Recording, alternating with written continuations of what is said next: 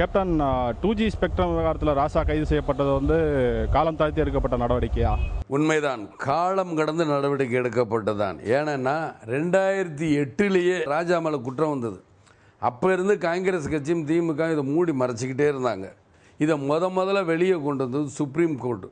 அன்னைக்கு வந்து நீதியரசர்கள் இன்னைக்கு உருப்படியாக இருக்கிறதுனால மக்களுக்கு நம்பிக்கை வர ஆரம்பிச்சிருச்சு. ஆகா, இப்படியாவது கேள்வி கேட்குறாங்களே இந்த கோர்ட்டில் அப்படின்னு நினைக்க போகும்பொழுது ரொம்ப சந்தோஷமாக இருக்குது. இது காலங்கடந்து எடுக்கப்பட்டதென்றால் கோர்ட்டு எடுக்கலை, ஆளுங்கட்சிக்காரங்க செஞ்ச சதினால காலம் கடந்துச்சு. இன்னைக்கு கோர்ட்டு சொன்னா விழுந்து அவசரப்பட்டு எடுக்கிறாங்க. ராஜாவை கைது பண்ணிக்கிறாங்க. இது கண் துடைப்பா? ராஜா கைது பண்ணுற அப்பட்டமாக தெரியுது, அது கண் துடைப்பு தான். சும்மா இங்கேருந்து கூப்பிட்டு வர மாதிரி பத்திரிகைக்காரங்களாம் உள்ளே விடுறாங்க. நான் சொல்கிறேன், ஏன் பத்திரிகைக்காரங்க உள்ளே விட்டு இதெல்லாம் ஒரு டிவிக்கும் பத்திரிகைக்கும் ஒரு ஷோ அப்படின்னு. இது வந்து கலைஞர் போனார், சோனியா காந்தி அம்மா பார்த்தாரு, அன்னைக்கு இதே பத்திரிகைக்காரங்க உள்ளே விட்டா என்ன? அப்போ இதுலேருந்து ஏதோ ஒன்று நடந்துக்கிட்டு இருக்குங்கிறது மாத்திரம் நல்லது.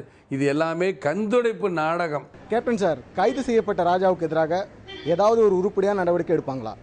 உருப்படியான நடவடிக்கைங்கிறது இப்போ இல்லை, 2008 எடுத்துருக்கணும். இருந்தாலும் இப்போ நினச்சா கூட எடுக்கலாம். உருப்படியான நடவடிக்கை என்ன? இப்போ வெறும் 2 கம்பெனியில் மாத்திரம் 20,000 கோடி என்னமோ சொல்கிறாங்க, சுமார் 20,000 கோடிக்கு மேலே அடிச்சிட்டேன் அப்படின்னு சொல்கிறாங்க. அப்படி இருக்க போகும் பொழுது இதுலேயே இவர் வந்து பல ரூபாய்க்கு என்னென்னா அவர் கோர்ட்டு சொல்லணும்பாங்க. 10ஆம் தேதி கோர்ட்டில் தீர்ப்பு வருது. இந்த நடவடிக்கைகள் எல்லாமே என்னென்றால் பாராளுமன்றம் ஒழுங்காக நடக்கணும், எதிர்கட்சியெல்லாம் ஏமாத்தணும்னு செய்கிற ஒரு ட்ராமா தானே தவிர வேறு ஒன்றும் கிடையாது. பாராளுமன்ற கூட்டுக்குழு வேணும் அப்படின்னு நீங்கள் சொல்லாதீங்க, அதை நிறைவேற்றுறதுக்காக தான் முடக்காதீங்க, எல்லாம் நடத்தணுங்கிறதுக்காக தான் இதெல்லாம் செஞ்சுருக்கோம். கேப்டன் சார், யார் கொடுத்த தைரியத்தில் ராஜா இந்த ஊழல் பண்ணிருப்பேன் நீங்கள் நினைக்கிறீங்க? இதை நான் சொல்லலை, அவங்க கட்சி திமுக தலைவர் கலைஞர் தனி மனிதனால் ஒருத்தனால செய்ய முடியாது. ஏன்னா அவரும் பங்குன்னு அவர் சொல்லாமல் சொல்கிறார். சர்க்காரியா கமிஷன் போடும் பொழுதே சொன்னாங்க இவர் விஞ்ஞான முறையில் ஊழல் பண்ணுவோம். அதனால் விஞ்ஞான முறையில் தான் இவர் எல்லாத்தையுமே செய்ய சொல்லுவார். கேட்டால் வழக்கமான ஒன்றும்பார், அவ்வளோதான். ஆனால் நிச்சயமாக தனிப்பட்ட முறையில் செய்கிறேன்னா எல்லாரோடையும் இவரே ஒத்துக்கிறார். கூட்டாகத்தான் கொள்ளை எடுத்தங்கிறத சொல்லாமல் சொல்கிறாங்க. கேப்டன், ஸ்பெக்ட்ரம் ஊழலில் யார் இன்னும் சம்மந்தப்பட்டிருப்பார் நீங்கள் நினைக்கிறீங்க? அதாவது ஒரு ஈஸியாக ஒரு பழமொழி சொல்லுவாங்க, நொங்கு தின்ன ஒருத்தன் நோண்டி சாப்பிட்ட மாட்டிக்கிட்டாங்கிற மாதிரி. நோண்டி சாப்பிட்ட மாட்டிக்கிட்ட, நொங்கு தின்னவன்ங்கிற விட தின்றவர்கள் பன்மையில் சொல்லணும். அந்த நொங்கு தின்னவங்கெல்லாம் யாருங்கிறத முதல்ல பிடிக்க மாட்டேங்கிறாங்களே இவங்க தான். இவங்க உடனே வந்துருங்கிறனால உடனே கூணி குறுகி அப்படியே ஆக்ஷன் பண்ணி எல்லாம் பேசிக்கிட்டு இருக்காங்க. உடனே சிங்வி சொல்கிறார், அன்றைக்கி நான் டிவியில் பார்த்தேன், சட்டம் தன் கடமையை தான் செய்யும். சட்டங்கிறது என்ன? கடமை செய்யணும், செய்கிறதுக்கு பிறகு தான் சட்டம். அதனால் இவங்க ஏமாத்து வேலை தான் பண்ணுறாங்க.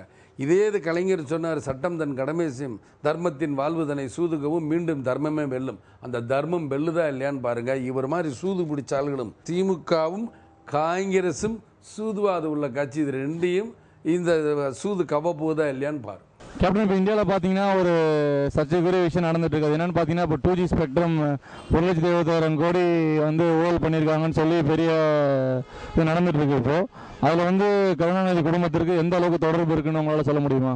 நான் சொல்லணுங்கிறதுல நீராராடியா வந்து பேசின டேப் வந்து சிபிஐக்கு எல்லாத்துக்கும் தெரியும். இது எந்த அளவுக்கு தொடர்பு இருக்குன்னு என்கிட்ட கேட்டால் என்ன பண்ண முடியும்? யார்கிட்டெல்லாம் சிபிஐ இந்த நீராராடியா பேசியிருக்கா? ஒரு புரோக்கர் அவங்கள சொன்னது.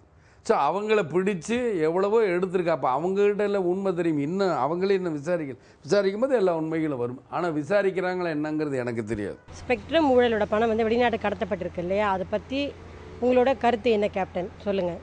கூட ஒரு ஆங்கில பத்திரிகையில் இல்லை ஏதோ ஒரு பத்திரிகையில் படித்தேன், வெளிநாட்டுக்கு இந்த பணம் கடத்தப்பட்டு அங்கேருந்து இங்கே வந்து அதற்குள்ளேயும் ஒரு டிவியோட முறைச்சிக்கிட்டு டிவியை இவங்க ஆரம்பித்து ஒரு 5-6 டிவி வருதுன்னா யாருனால முடியும்? வெறும் இந்த மாதிரி ஒரு ஸ்பெக்ட்ரம் ஊழலில் கடத்தப்பட்ட பணத்தினால தான் இது எவ்வளவும் செய்ய முடியும். இவங்க நினச்சா எதையும் செய்வாங்க, அரசாங்கம் தானே, எதை வேணுமாலும் செய்யலாம். கேப்டன், ஸ்பெக்ட்ரம் விவகாரத்தில் வந்து திமுக சம்மந்தப்படுத்தி எதிர்கட்சியினர் மேலே கொண்டு வந்த கண்டன தீர்மானத்தை பற்றி நீங்கள் என்ன நினைக்கிறீங்க? கலைஞருக்கு இந்த கண்டன தீர்மானங்கள்லாம் ஒரு பெரிய விஷயம் கிடையாது. ஏனென்றால் இவர் 1980 பூச்சிக்கொல்லு மருந்துலையும் கோதுமை பயிர ஊழலையும் மாட்டிக்கிட்ட போது தான் கட்சி எப்படியா காப்பாற்றுங்க, நான் எதை வேணுமாலும் விட்டு கொடுக்குறேன்னு சஞ்சய் காந்தி கிட்ட வேணுனவர் தான். அப்போவே ஒரு பொதுக்குள்ள தீர்மானம் போட்டவர் தான். அதே மாதிரி ஒன்றா எந்த ஊழலேருந்து உங்களுடைய குடும்பத்தையும் ஒன்றையும் காப்பாற்றுறேன்னு சொல்லும்போது, உங்களுடைய கட்சியும் காப்பாற்றுக்கிறேன்னு சொல்லும் பொழுது இவர் இதை மாத்திரமா விட்டு கொடுத்தாரு, என்னென்னத்தையும் விட்டு கொடுத்தாரு, எல்லாத்தையும் தமிழ்நாட்டையே விட்டு கொடுத்தவர் தான் இந்த கலைஞர். அதனால் பொதுக்குள்ள தீர்மானம் போடுறதுன்னு பெரிய விஷயம் கிடையாது.